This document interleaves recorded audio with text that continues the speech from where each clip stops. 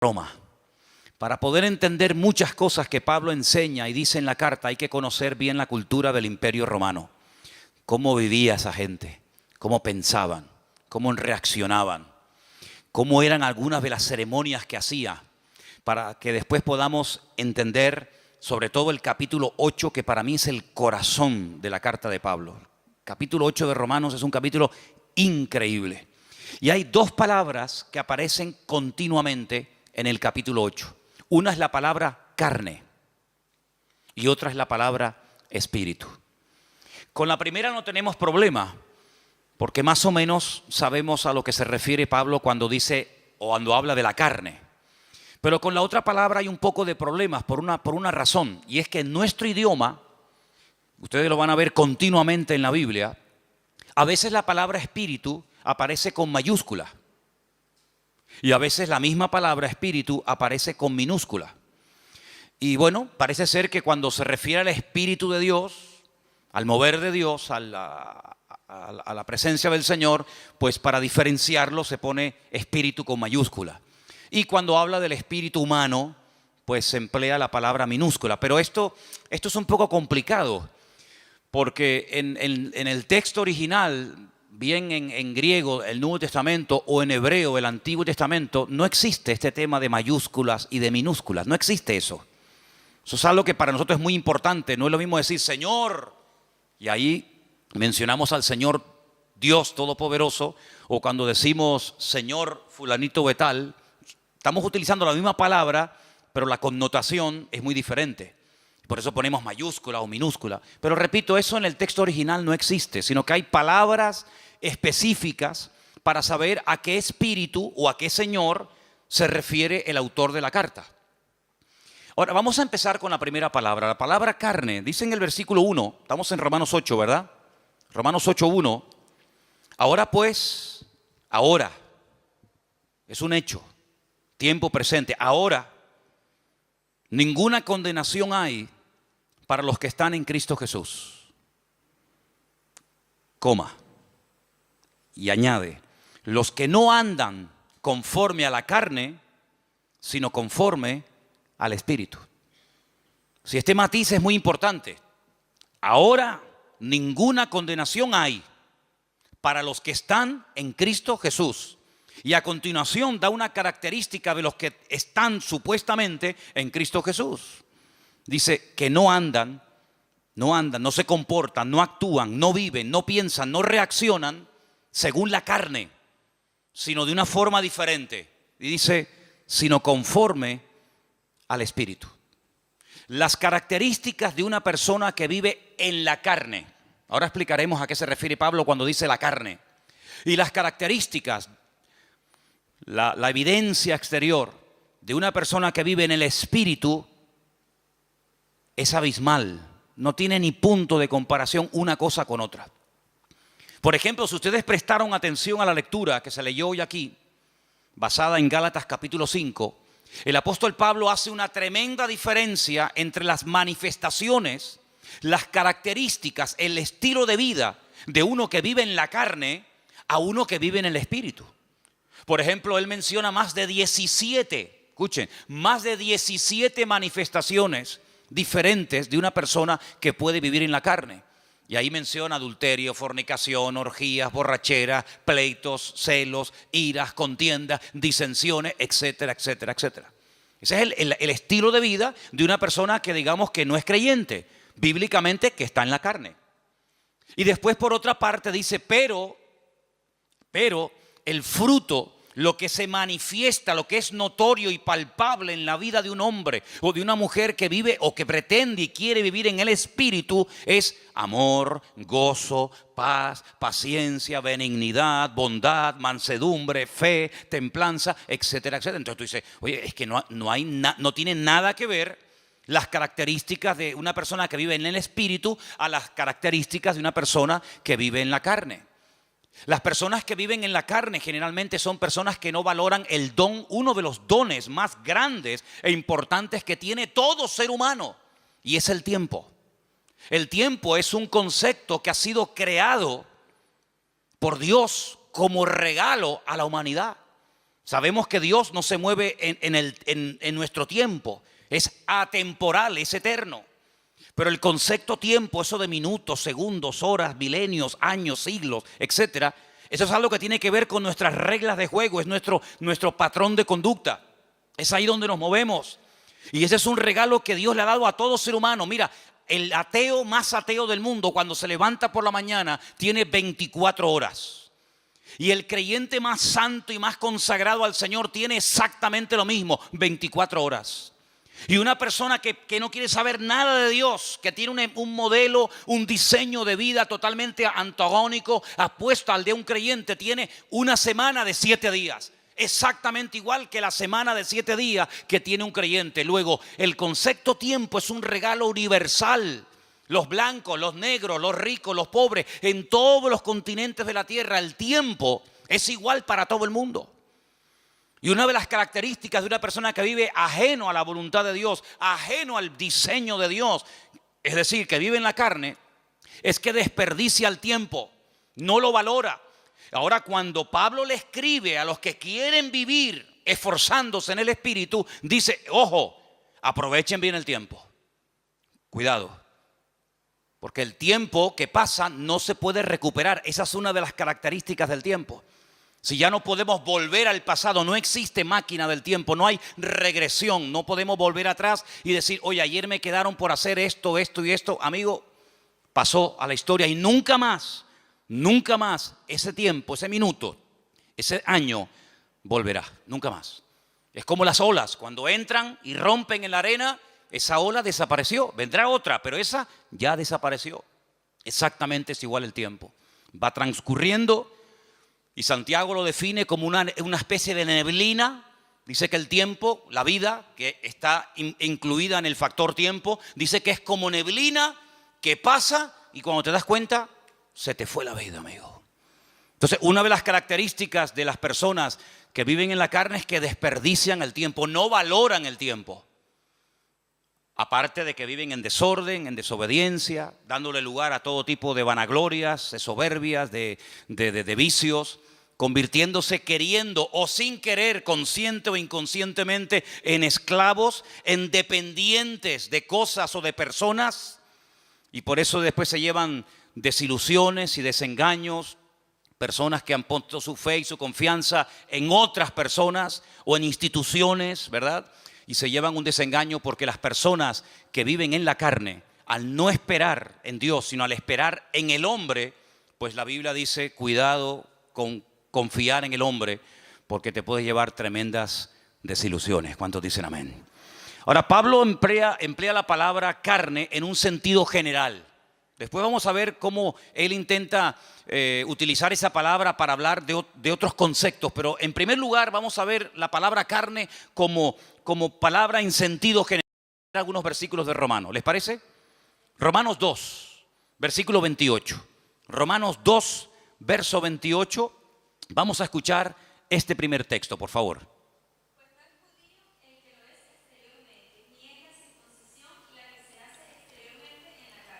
¿Ves? Cuando Pablo habla del rito, de la ceremonia de la circuncisión, es una operación, es una marca que se le hace al varón a los 8 días. ¿En dónde? En la carne.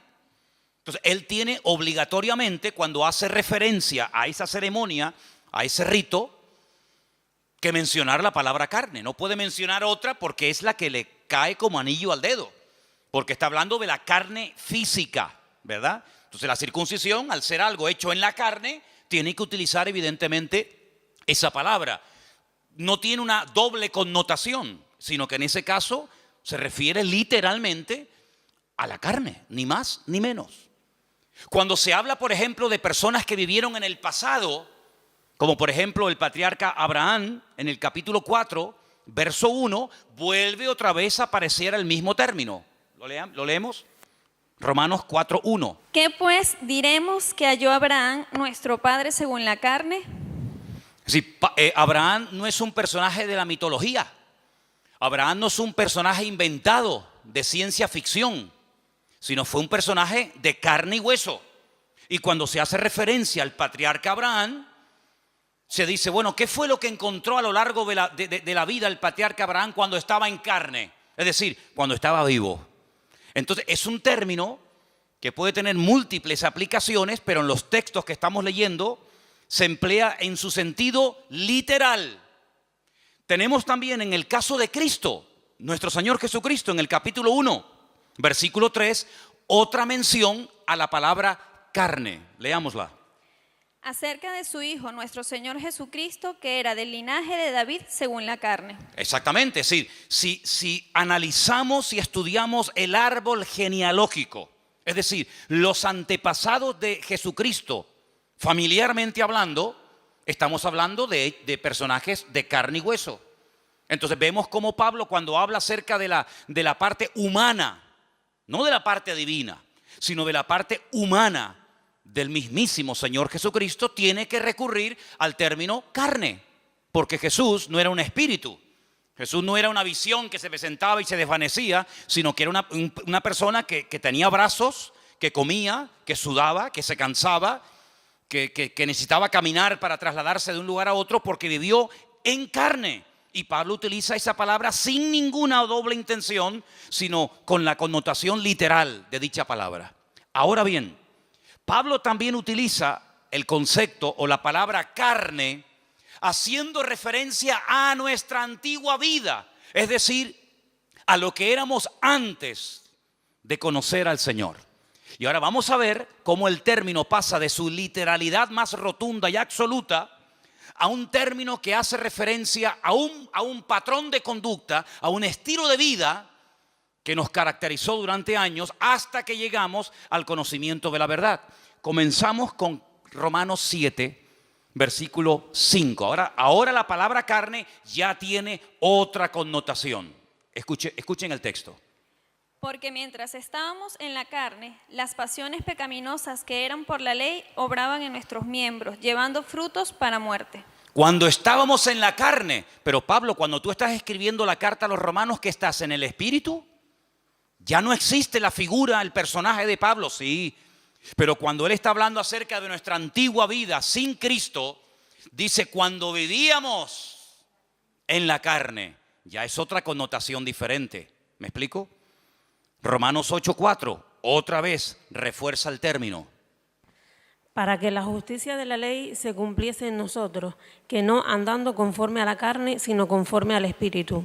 Ahora hay una vida nueva en Cristo. Ahora hemos, como dice otro texto de la Escritura, pasado de muerte a vida. Y ahora la vida de un creyente no es seguir viviendo en la carne, sino vivir en el Espíritu. Ahora la palabra carne toma otra connotación. Hace referencia a lo que éramos antes cuando estábamos, como dice él, en nuestros delitos y pecados, sirviéndonos a nosotros mismos en vez de servir al Señor. Romanos 8:8.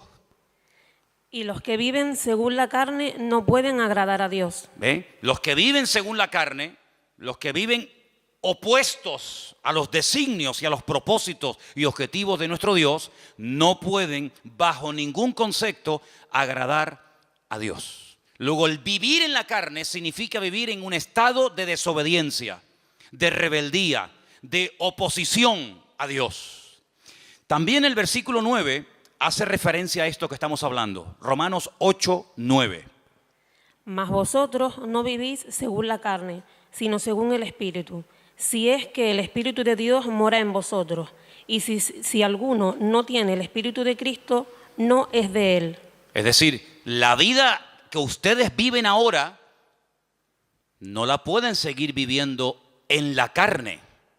No la pueden seguir viviendo con las características que identifican a un no creyente. Porque si ustedes son verdaderamente hijos de Dios, el Espíritu de Dios ahora está dentro de vuestras vidas y ese Espíritu os impulsa por otros derroteros a hablar de una forma diferente, a comportarte de una forma diferente, porque ahora ya no eres dominado por el ego, dominado por tus pasiones, por tus apetitos y por tus vanaglorias y tus concupiscencias, sino que ahora eres guiado por el Espíritu Santo de nuestro Dios. Y dice que una persona puede reconocer si es o no es un hijo de Dios por la forma como vive. Eso es lo que el Señor dijo, dicho en otras palabras, por sus frutos los conoceréis. Dice el Señor en Romanos 8 que los que son de Cristo son guiados por el Espíritu que guió a Cristo. Y los que no son guiados por el Espíritu de Cristo, por el Espíritu Santo, no son hijos de Dios. Aunque ellos crean que lo son. Aunque ellos se autoproclamen hijos de Dios. Porque luego hay un concepto tremendamente profundo e interesante, del cual hablaremos también esta tarde, y es el término adopción. Porque claro, hoy en día la palabra adopción tiene otras connotaciones completamente diferentes a lo que significaba ser adoptado hace 2000 años. Pero de eso hablaremos un poco más adelante. Romanos 8:12, un texto más.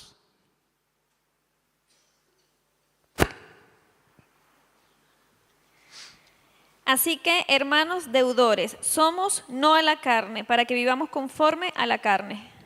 Muy bien, entonces hemos visto cómo Pablo utiliza la palabra carne como en el sentido literal, pero también utiliza ese término cuando hace referencia a una vida de desobediencia, fuera, ajeno a la voluntad de Dios. Y no hay nadie aquí, no hay nadie, ninguno de nosotros puede decir, yo nunca viví en la carne. Porque esta es una de las características innatas del ser humano. Pablo utiliza una analogía, la carta a los Romanos está llena de analogías, comparar una cosa con otra. Y hay un momento en el que Pablo, para que podamos entender más lo que es vivir en la carne con sus consecuencias y lo que es vivir en el espíritu con sus correspondientes consecuencias, echa mano del primer hombre, echa mano de Adán. Y él dice, en Adán todos pecamos. En Adán todos estamos en cierto sentido identificados. Y tú dices, bueno, pero yo no pequé como Adán. ¿Yo qué culpa tengo que Adán haya pecado para que Dios a mí hoy por hoy me considere culpable o pecador? Es que nosotros no somos pecadores porque pecamos. No. Nosotros pecamos porque somos pecadores. Lo voy a repetir. Nosotros no nos convertimos en pecadores cuando pecamos. Es que nosotros pecamos porque somos pecadores. Y nosotros no morimos porque hayamos cometido un pecado, sino que nosotros morimos porque Adán era el representante de la raza humana, aunque en ese momento no existía raza humana, pero era el cabeza de toda la raza humana que vendría posterior a él. Y todo lo que él hizo es como si tú y yo lo hubiéramos cometido. Prueba de ello que cada vez que vas a un cementerio, cada vez que vas a un entierro, te puede venir a la cabeza decir, esta es la consecuencia del pecado de Adán. Así como en Adán todos mueren, así como en Adán el sello, el estigma de la desobediencia, de la rebeldía y de ser pecadores es notorio y evidente, ahora el apóstol Pablo dice, pero hay un segundo Adán y lo llama el Señor Jesucristo. Y así como en Adán todos mueren, en Cristo todos viven. Entonces nosotros tenemos que tomar una decisión cada día. ¿Como quién quiero vivir? ¿Como Adán o como Cristo? ¿Cómo quiero vivir? ¿En qué equipo quiero jugar? ¿En el equipo de Adán o en el equipo de Cristo? Porque si me identifico con Adán y cada vez que hago mi voluntad y cada vez que desobedezco y cada vez que rechazo a Dios, tengo que sufrir y experimentar a corto y a largo plazo las consecuencias. Pero si decido vivir como Cristo vivió, no te queda más remedio que tener el espíritu que Cristo tuvo a lo largo de su vida para poder vivir en victoria, como Él vivió todos los días de su vida como hombre en victoria. ¿Cuántos dicen amén? Y esto es un concepto que no nos entra en la cabeza. Porque uno dice, bueno, como Dios, no tengo ningún problema en aceptar que Dios es perfecto, ¿sí o no? Dios es perfecto, es inmutable, no hay sombra de variación. Dios no se cansa, Dios no está un día alegre y otro día triste. Dios es inmutable, Él no se cansa, Él da y no pierde, sino que Él sigue siendo Dios. Él es la fuente de la existencia misma. Pero como humano, como hombre, el Señor Jesucristo fue perfecto. Fue un niño perfecto. Y todos los que hemos tenido hijos o tenemos hijos, sabemos que nuestros hijos, como nosotros tampoco fuimos hijos perfectos, no hay un hijo perfecto. No hay una hija perfecta. Se puede comportar mejor o peor. puede sacar mejores o peores notas, pero no hay un hijo perfecto. Y Cristo fue hijo, y como hijo fue perfecto, y como hombre fue perfecto. Entonces eso quiere decir que vivió en una absoluta perfección durante toda su vida y en una absoluta y extraordinaria santidad, pero porque no fue tentado, porque si fue tentado es imposible vivir en perfección. No, es que no tiene gracia. No tendría ninguna gracia ni ningún valor el que Cristo no haya sido tentado y viviera sin pecar, porque entonces, ¿cómo sabe si una persona ama o no a Dios si nunca es tentado? El Señor Jesucristo dice la Escritura que fue tentado en todo, absolutamente en todo. Y ahora, todo lo que te puedas imaginar, fue tentado absolutamente en todo. Desde su más tierna infancia hasta el último momento de su existencia, tentado absolutamente en todo. Pero dice la Biblia que a pesar de que fue tentado en todo y experimentó el Señor tentaciones que jamás nosotros hemos experimentado, porque Satanás intentó por todos los medios habidos y por haber hacerlo caer y tropezar y que no cumpliera el propósito para el cual había venido, dice que nunca pecó ni se halló engaño en su boca. ¿Cuántos dicen amén? Porque el Señor Jesucristo, cuando habla acerca compara la ley con el sermón del monte, Él dice, oísteis que fue dicho. Y Él echa mano a textos del Antiguo Testamento que los conocía perfectamente. ¿Cómo no los va a conocer? Si Él era la palabra humanada, la palabra encarnada, hecho hombre. Pero Él dice, pero yo voy más allá de la palabra. Porque vosotros condenáis y castigáis al que comete el acto. Pero yo voy más allá del acto. El que lo desea y el que lo hace en su mente sin haber llegado al acto en sí mismo, igualmente está pecando. Es decir, que una persona puede estar pecando sin moverse de la silla. Una persona sin salir de su casa puede estar pecando. Porque no solamente es el acto en sí, sino que el Señor dice, hasta con la mente podemos llegar a pecar, ¿sí o no? No solamente con el cuerpo, sino que con la mente podemos estar ahora mismo pecando. Es decir que no es que Cristo no lo pillaron nunca infragante y cometiendo un pecado y por lo tanto pueden decir fue perfecto, pero luego en su mente era terrible. No, es que ni siquiera en la mente nuestro Señor Jesucristo pecó. Y eso es un concepto que a nosotros se nos escapa porque decimos perfección, vivir en la perfección durante 33 años de su vida, siendo presionado y teniéndolo todo en contra, pues eso es lo que dice la Biblia, que Jesús nunca pecó. Es el hombre perfecto. Y cuando tú ves, por ejemplo, los evangelios, y no me voy del tema, pero cuando ves los evangelios, tú ves que son diferentes exposiciones, diferentes formas de presentar una vida tan rica y tan amplia como la del Señor Jesucristo. Por ejemplo, Mateo lo presenta como el Mesías, el que estaba profetizado en las Escrituras y las cumplió. Pero Marcos lo presenta como un siervo perfecto, obediente, sumiso. ¿Por qué? Porque los destinatarios del Evangelio de Marcos eran los romanos. Y en la mentalidad de los romanos estaba el tema de la esclavitud y todo esto. Pero cuando, por ejemplo, Juan lo presenta no como el Mesías, sino lo presenta mucho más amplio, de 7 formas diferentes, como la luz del mundo, como el verbo hecho carne, como el pan de vida, como el camino, la verdad y la vida, la vid verdadera, etcétera, etcétera, etcétera. Pero cuando Lucas, que le escribe a un griego, Teófilo, el amado de Dios, a él le escribe a un griego. Los griegos, la filosofía, la concepción de vida de un griego no era la de un romano. Tú coges a un romano y coges a un griego y sí, son 2 seres humanos, pero son totalmente diferentes. Es como si coges a un japonés y a un colombiano. Son 2 seres humanos, pero la mentalidad japonesa no es la mentalidad de un colombiano, de un venezolano, de un latino, de un español. No, para nada. Son 2 cosas completamente diferentes. La mentalidad de un griego es completamente distinta, diferente a la mentalidad de un romano. El griego busca la perfección de carácter. El griego busca la perfección en lo físico. El griego es hedonista. El griego es vanaglorioso. El griego se cuida el cuerpo. El griego es una persona exquisita en todo lo que hace. El romano es salvaje. El romano no tiene escrúpulos. El romano es avasallador. El romano no tiene educación. No es diplomático. El romano es mente de imperialista. Mente de que aquí mando yo y tú te callas. Y si te tengo que matar, te mato y punto. El griego más refinado Es igual de malo, pero más refinado, ¿no? Es un veneno, pero en vez de saber a veneno, sabe a miel. Te estás envenenando con veneno, pero como sabe a miel, uy, qué rico, dame un poquito más. Así es el griego. Entonces, como él le va a escribir a un griego, él dice, te voy a hablar de un hombre perfecto. Y claro, Teófilo dice, un hombre perfecto, si Platón no fue perfecto, ni Aristóteles, ni Séneca.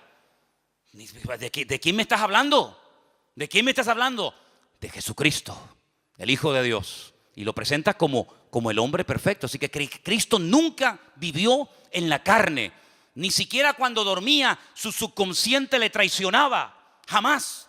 Fue perfecto en espíritu, alma y cuerpo. Entonces lo que Pablo intenta en el capítulo 8 de Romanos decirle, hermanos, ahora nosotros hemos pasado de muerte a vida. Nuestra antigua vida estaba caracterizada por vivir en lo que él llama la carne. Pero ahora voy a enseñarles un nuevo modelo de vida. Vamos a vivir en el espíritu. Pero en el espíritu con mayúscula o en el espíritu con minúscula. En el Espíritu Santo de Dios. En el Ruach HaKodesh. No en el Neuma. Sino en el Ruach HaKodesh. En el viento recio de Dios. En el Espíritu de Dios. Porque ese fue el espíritu que habitó en Cristo. El que hizo que su madre quedara embarazada. Y el que lo ungió y lo capacitó durante toda su vida, hasta que él llega un día a Nazaret y dice, el Espíritu de Dios está sobre mí. Y él es el que me unge, él es el que me capacita para poder cumplir con el objetivo por el cual fui enviado por mi Padre. Dar vista a los ciegos, vendar a los quebrantados de corazón, a pregonar el año de la buena voluntad del Señor, etcétera, etcétera. Cuando el Señor asciende a la gloria, ese espíritu que habitó en él durante toda su vida y sobre todo de una forma mucho más contundente a partir del bautismo, porque dice que cuando era bautizado descendió sobre él como forma corporal el Espíritu de Dios. Cuando él se está despidiendo de sus discípulos, él dice, yo os noto tristes.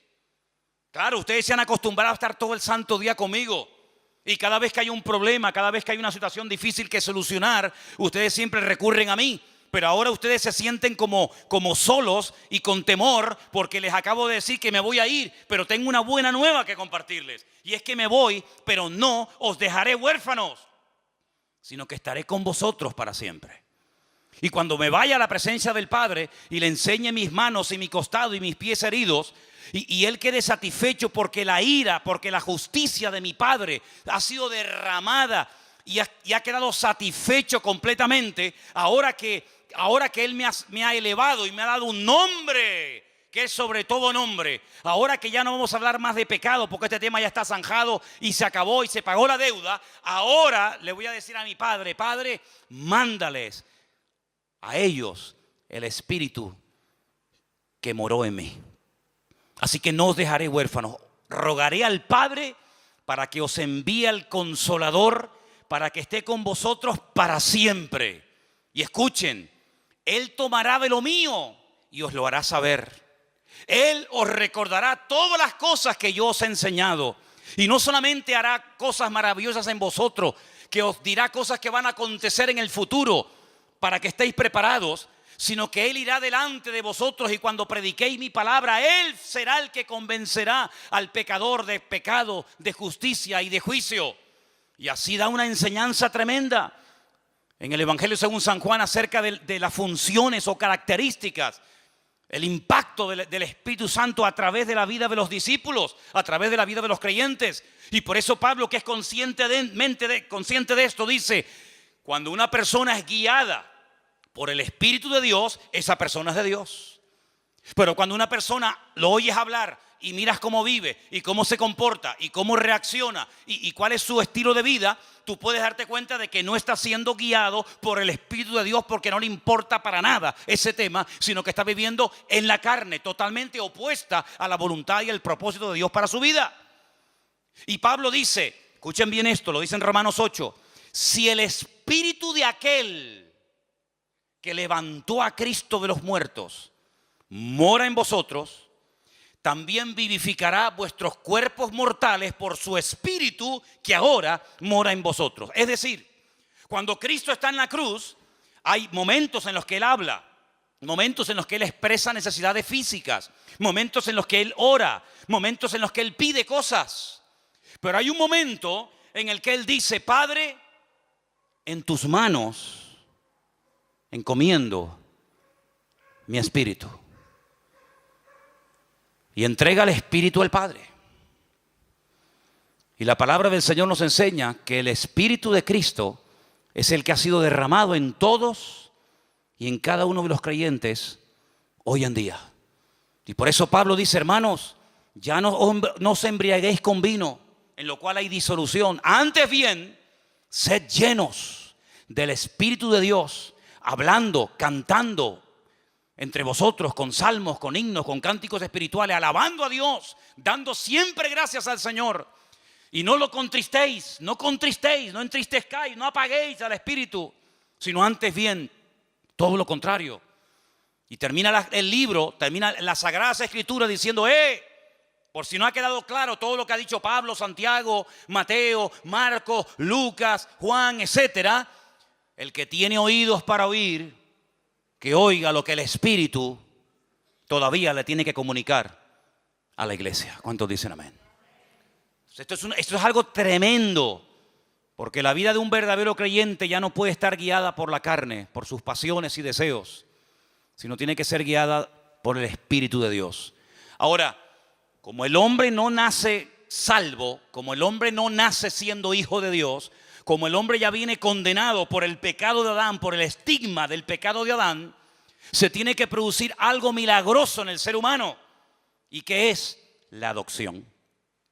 Y hablemos de la adopción. Quiero que vayamos a Romanos capítulo 8, del versículo 12 en adelante, y dice así: Romanos 8, versículo del 12 en adelante. Así que, hermanos, somos deudores, no a la carne, para que vivamos conforme a la carne. Porque si vivís conforme a la carne, moriréis. Mas si por el Espíritu hacéis morir las obras de la carne, viviréis. Porque todos los que son guiados por el Espíritu de Dios, estos son hijos de Dios. Pues no habéis recibido el espíritu de esclavitud para estar otra vez en temor, sino que habéis recibido el espíritu de adopción, por el cual clamamos: Abba, Padre. El Espíritu mismo, escuchen bien esto es tremendo. El Espíritu mismo da testimonio a nuestro espíritu de que somos hijos de Dios. Y si somos hijos, también herederos. Herederos de Dios, coherederos con Cristo, si es que padecemos juntamente con Él, para que juntamente con Él seamos glorificados. Ahora, la ceremonia, el acto de adopción en el Imperio Romano hace 2000 años era algo muy profundo, muy complicado y lleno de una ceremonia y de una parafernalia increíble. No es como hoy en día que dices: quiero adoptar un niño, y con dinero te vas a la China o te vas a un sitio y adoptas a un niño y te hacen una especie de test psicológico y ven si tienes los requisitos, si tienes la economía para hacerlo, etcétera, etcétera, etcétera. En el Imperio Romano, ¿cómo se adoptaba una persona? ¿Qué se hacía? Primeramente, había dos procesos. La palabra es mancipatio, la primera etapa de la adopción, y la segunda es vindicatio. Se cogían monedas, una balanza y 7 testigos, y se iba a la autoridad correspondiente. Y lo que se hacía era como que se ponía a la venta a un hijo, a una persona. Entonces se decía: vendo a fulanito de tal. La persona con esas monedas las pesaba en la balanza y lo compraba. Volvía a ser exactamente la misma ceremonia en ese momento o en otro momento o lugar. Lo ponía a la venta, lo subastaba. Y llegaba un momento en el que él pujaba otra vez y lo volvía a comprar.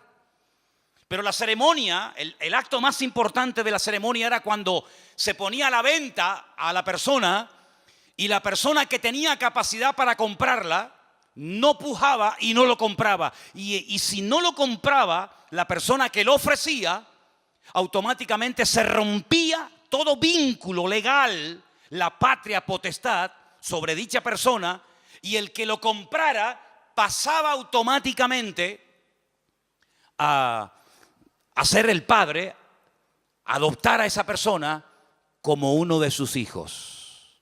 Estos 7 testigos, en el caso de que muriera el que había hecho la venta y el que había hecho la compra, estarían siempre preparados para presentarse ante las autoridades pertinentes de la época para decir, no, yo fui testigo de que este hombre vendió el día tal en tal lugar a fulanito de tal y esta persona pujó por él y lo compró por tal cantidad.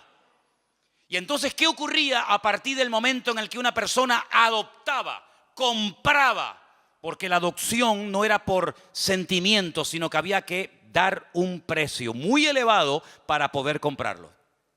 A partir de ese momento, todos los derechos y obligaciones que tenía el que había sido adoptado con su antigua familia o con la persona que lo había vendido quedaban automáticamente anulados.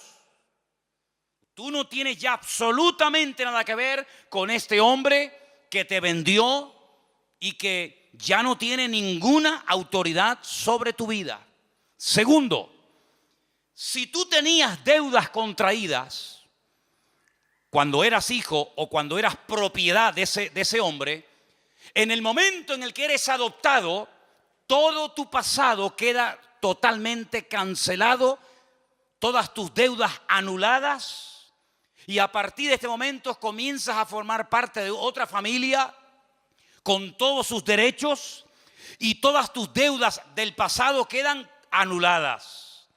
Y a partir de este momento legalmente eres considerado heredero legítimo de ese hombre que te ha adoptado como padre o te ha comprado para él.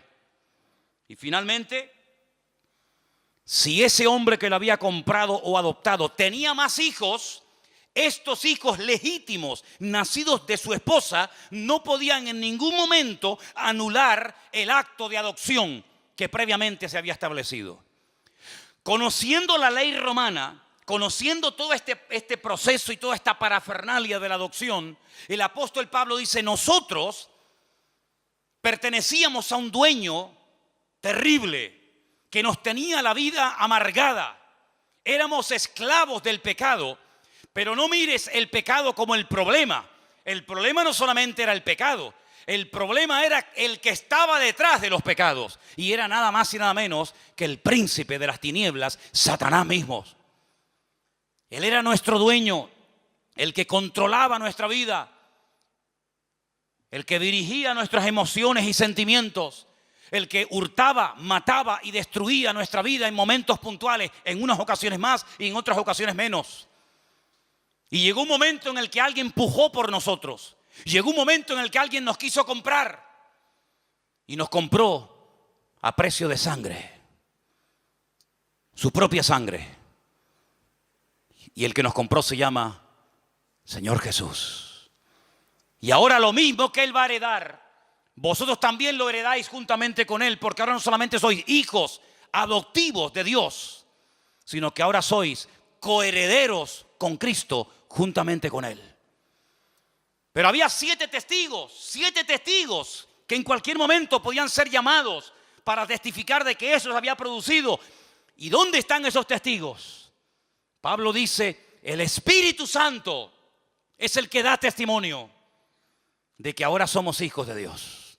Es decir, la misma presencia del Señor está dentro de nosotros, no solo con nosotros, sino en nosotros, y da testimonio a nuestro espíritu que lo que se ha producido no es un cambio pasajero y un cambio simplemente de imagen, sino un cambio en el mundo espiritual. Hemos pasado en fracción de segundo de muerte a vida.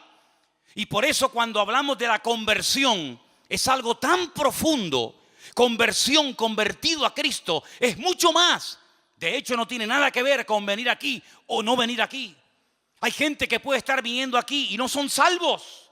La salvación no es cambiar de iglesia, cambiar de religión, cambiar de imagen. sino es cambiar por dentro. Y el único que nos puede cambiar por dentro es nuestro Creador, el que nos hizo, pero no solamente nos hizo y nos creó, sino que además nos compró y nos adoptó como hijos suyos en su familia. ¿Cuántos dicen amén? Y ahora el Espíritu de Dios nos anhela celosamente. Y es el que ahora nos guía. Es el que dice la Biblia en Lucas 12:12, Él os enseñará en la misma hora lo que debéis decir. No os preocupéis. Vivan relajados y tranquilos, porque el Espíritu os guiará a toda la verdad, porque no hablará por su propia lengua, por su propia boca, sino que tomará de lo mío y me glorificará a mí. ¿Cuánto dicen el Señor? ¿Cuánto dicen amén al Señor? Así que, amados hermanos, en esta tarde tenemos que tomar una decisión, pero radical. ¿En qué equipo queremos jugar? ¿Qué estilo de vida vamos a llevar? ¿En la carne o en el Espíritu? No se puede vivir una vida victoriosa cristiana con el Señor en la carne. Porque la vida cristiana es una vida, humanamente hablando, y soy muy claro en esto, totalmente imposible de vivir.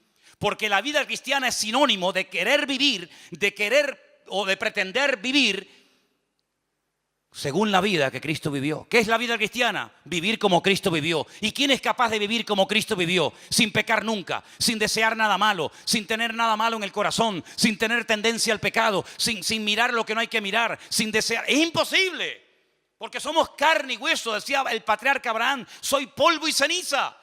Por eso Pablo descubrió un secreto tremendamente profundo de nuestra relación con Dios. Y es decir, lo que tenemos que hacer cuanto antes es morir. Porque un muerto no crea problemas. Los que crean problemas son los vivos. Los muertos no dan problema.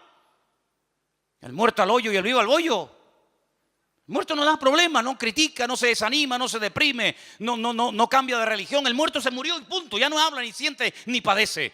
Y por eso Pablo dice, ya no quiero vivir más yo, sino ahora quiero que mi estuche llamado cuerpo, llamado carne en el sentido literal, sea el medio por el cual el Espíritu de Dios que ahora mora en mí nos lleve a hacer y ejecutar todos los días de nuestra vida la voluntad de nuestro Dios. ¿Cuántos dicen amén? Eso es lo que Pablo intenta explicar en Romanos 8. La vida en la carne es así. Si quieres escoger ese camino, las consecuencias van a ser esta y esta. Y la estación final, saben que cuando uno va en metro o cuando va, generalmente en metro o en tren, cada estación tiene un nombre. La estación final de la vida se llama la muerte. Y por eso ha habido intentos, el hombre ha hecho intentos por tratar de corregir el rumbo de la naturaleza humana. Y algunos dijeron a lo largo de la historia de la humanidad, cuando la humanidad sea culta, cuando todo el mundo sepa leer y escribir y tenga un alto nivel de cultura y de preparación y de conocimiento, ya no habrá odios, ni guerras, ni venganzas, ni muertes, sino que el hombre que sea culto y el hombre que tenga un nivel intelectual alucinante, pues se dará cuenta de que en la guerra nadie gana, sino que todos pierden. No me digan. La gente más sabia y culta de Europa fueron los que crearon una guerra donde murieron más de 65 millones de personas. Y era el país más culto y con más conocimiento que jamás ha existido. Así que se demostró que no es el conocimiento ni el saber lo que hace que el hombre no peque. Entonces otro dijo, no era ese el camino. El camino es que todos sean iguales. Porque así se evitan las envidias y los celos. Tú tienes más, yo tengo menos. Tú eres rico, yo no llego a fin de mes, tú tienes un cochazo, yo tengo que ir caminando. Cuando todo el mundo sea igual, no haya propiedad privada y todo sea de todos, entonces el hombre será feliz. Ya. Vamos a intentarlo. Y los que inventaron esto dijeron, vamos a probarlo. Y tuvieron 70 años. Primeramente para probar en su tierra, más aparte a donde las exportaron. La utopía de que cuando todos seamos iguales se acabarán las envidias y los celos y las vanaglorias. Y fue un auténtico fracaso. Pero el Señor dijo algo. No vamos a hacer que todos sean iguales porque eso es imposible. No vamos a darle a todos todo lo que piden porque eso es imposible. Vamos a hacerlo al revés. En vez de afuera para adentro, vamos a hacerlo de adentro para afuera. Vamos a poner en el hombre un nuevo corazón.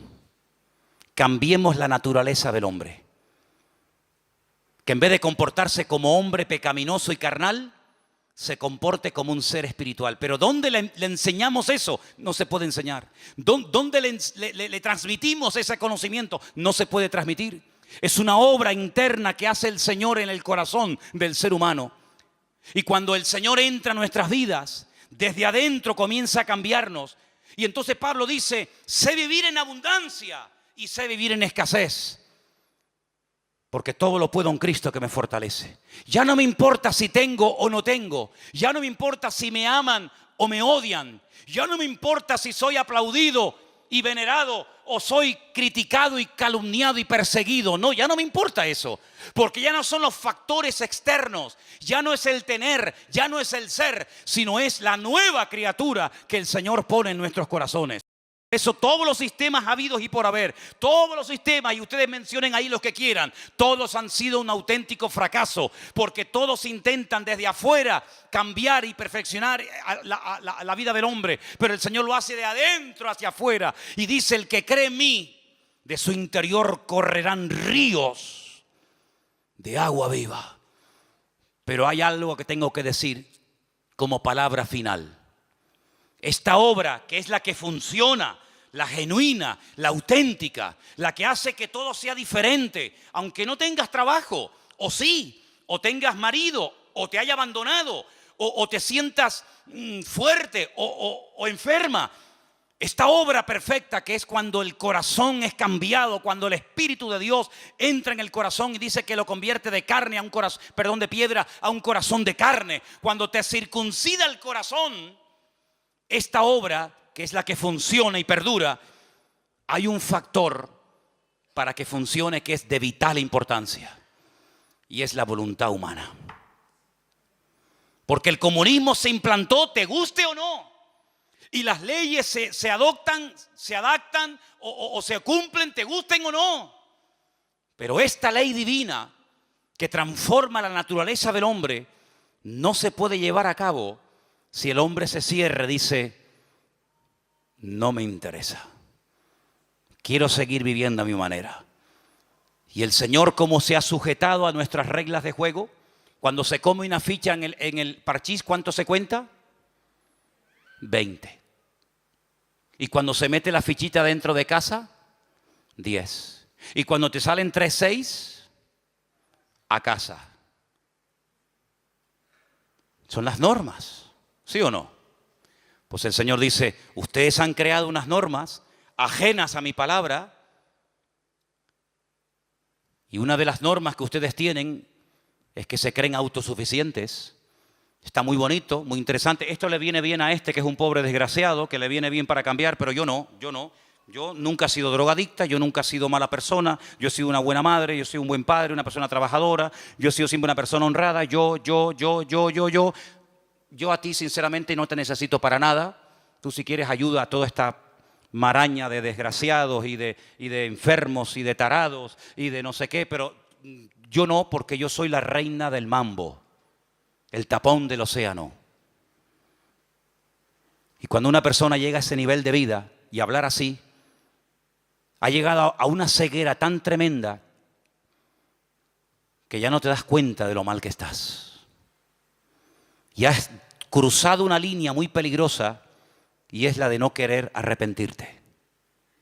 Y cuando no te quieres arrepentir, Dios no se mete donde no lo llaman. Entonces, para que todo esto funcione a la perfección, lo que tenemos que hacer es decir, Señor, perdóname.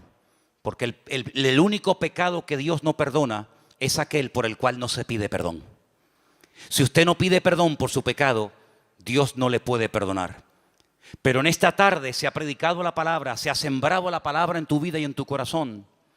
Y quiero que con nuestros ojos cerrados un momentito escuches estos últimos textos, estos últimos versículos, y que los tengas presente en esta tarde en tu vida. Primera de Juan, nos lo va a leer nuestra hermana. No améis al mundo, ni las cosas que están en el mundo. Si alguno ama al mundo, el amor del Padre no está en él.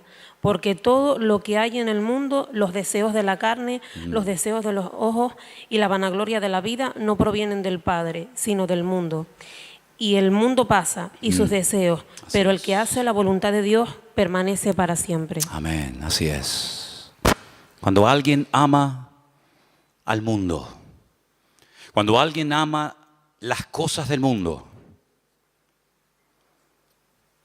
dice que el amor del Padre, el amor de Dios no está en él. Así de simple. ¿A quién amas? ¿Dónde está tu corazón? Dice que donde está tu tesoro, ahí estará tu corazón. ¿Dónde está tu corazón? ¿Dónde está tu tesoro? Si tu tesoro no es Dios, ¿cómo lo vas a amar? Si tu tesoro no es la voluntad de Dios, ¿cómo la vas a querer hacer?